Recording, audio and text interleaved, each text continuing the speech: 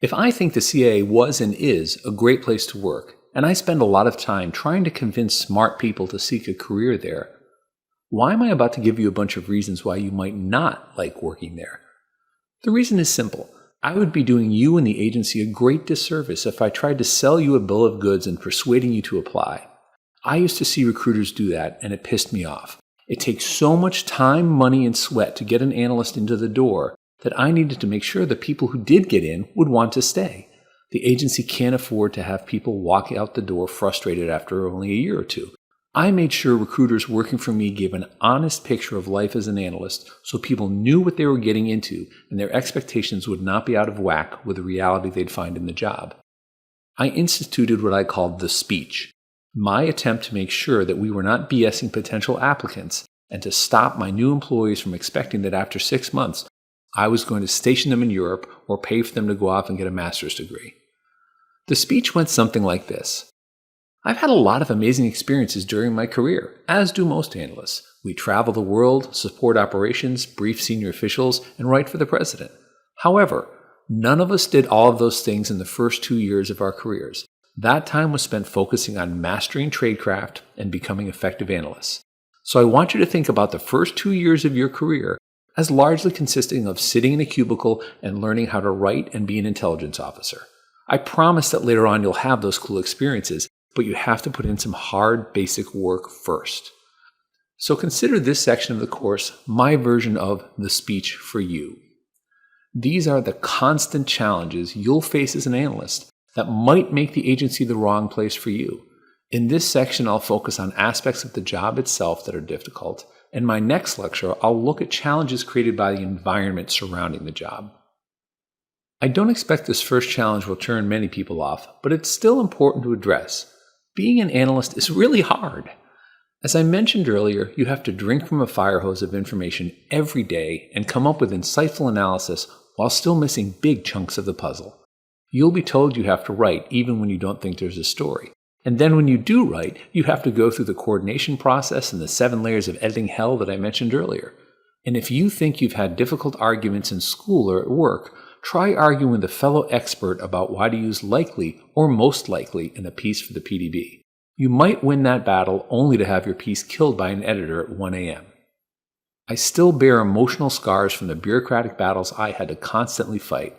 Yes, we were all pursuing the same mission, but damn if we didn't see dramatically different ways to do it. And since literally everything you do is a team project, you can't escape working with people you might not like. So if the idea of writing a product on Monday night that will appear in front of the president on Tuesday morning doesn't sound cool to you, think long and hard about whether you're willing to go through all of the hassle it'll take to get that product there.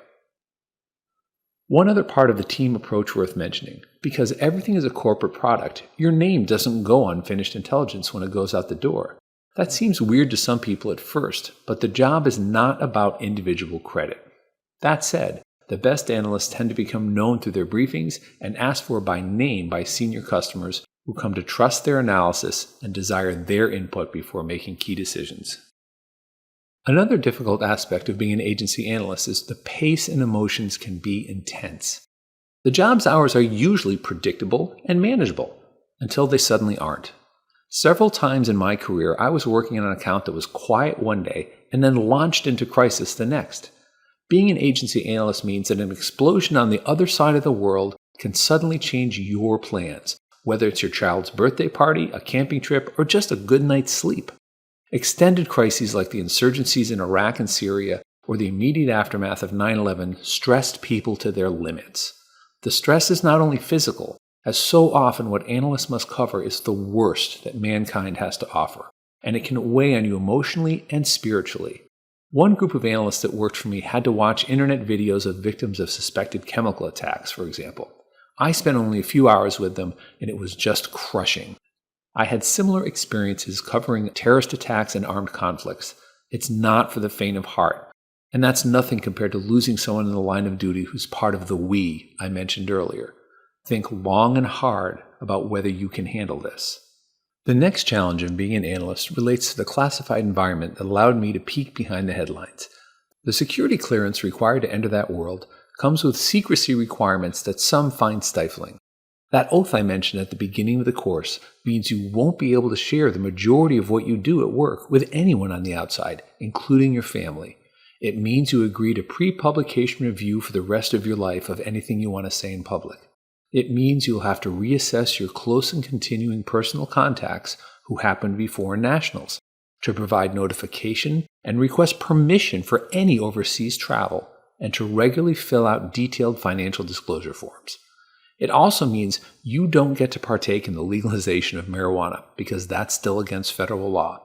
Now, none of these issues really bothered me much, but I know plenty of people who really chafed under these restrictions, so just be aware of what you might be giving up to earn that security clearance. These secrecy requirements even affect how you interact with your fellow agency employees, who all have clearances.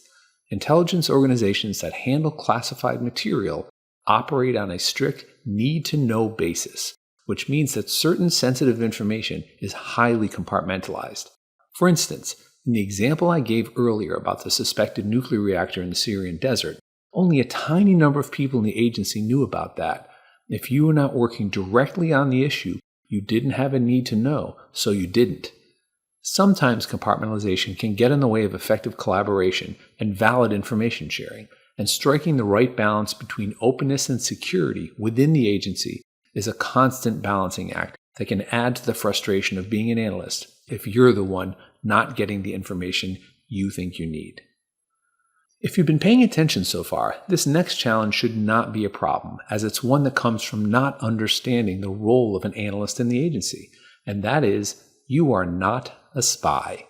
I've dealt with many applicants and some new hires who are only applying to be analysts because they didn't make the cut as an operations officer, and they figure being an analyst is easier and will allow them to eventually move into operations.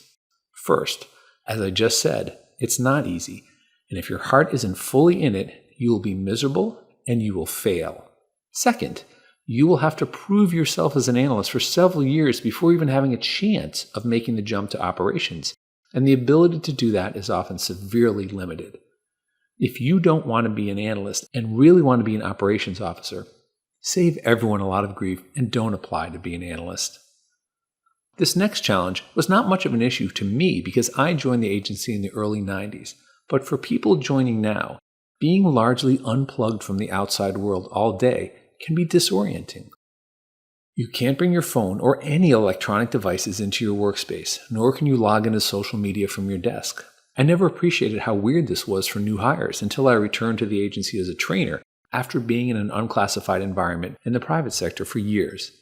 Suddenly my phone wasn't constantly at my side, and I had to remember not to put my Apple Watch on in the morning.